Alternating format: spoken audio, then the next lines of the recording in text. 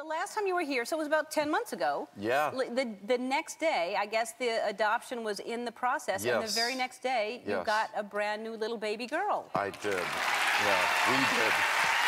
Thank you. And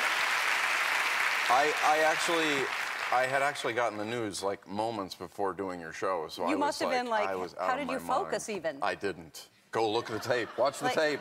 So you didn't know, like you were on call, I guess you were on alert that it could happen any day. Exactly. And then I always wonder, like, so usually when you're going to have a baby, you prepare all kinds of things, and you're used to getting up in the middle of the night. Right. Because so all of a sudden you have a brand new baby in your house. Was it just crazy to have a unbelievable. little thing that you're holding going, ah? Yeah, it was, I mean, it was really crazy. The weirdest and kind of hardest part was that my wife actually had to fly up to meet the baby before me, so she actually met the baby alone, and we Skyped, or web chatted that night, and I was like on the web looking at her, and I have never seen my wife like that before, and I didn't. It was so terrifying for me to see that. Like she was like,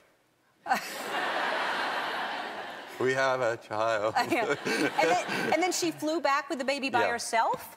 No, I flew up there. Oh, good. So, that's a lot to all of a sudden have to do. Yeah. And her name is? Frances. Frances. And so she's 10 months now, which is insane. That's how I know how long it's been since you've been here. I measure by how old Frances is going to be. Hopefully we can always do that. Right. Yeah.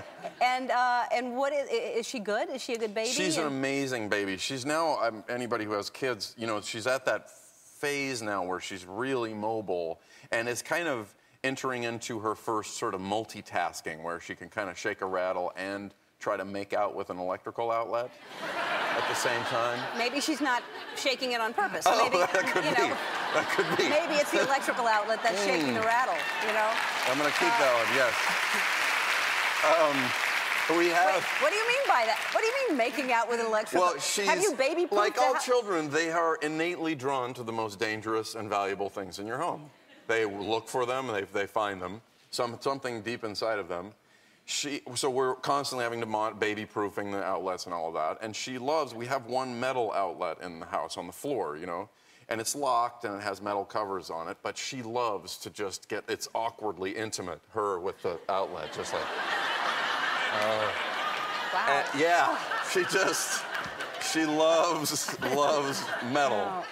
And so I called my mom and was like, God, Frances is just like, she can't get shocked by it because it's totally covered, but it's still like, it still scares me a little in many ways that she's making out with this outlet. My mom said, I'll tell you what is good for that.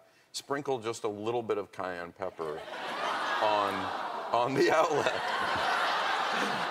That's so horrible. What kind of mother, My mother is an old-fashioned farm gal.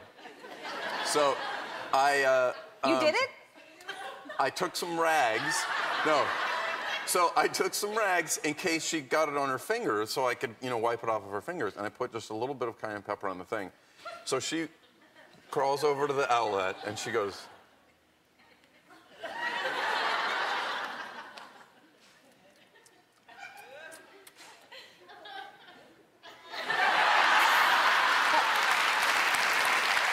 She loved it.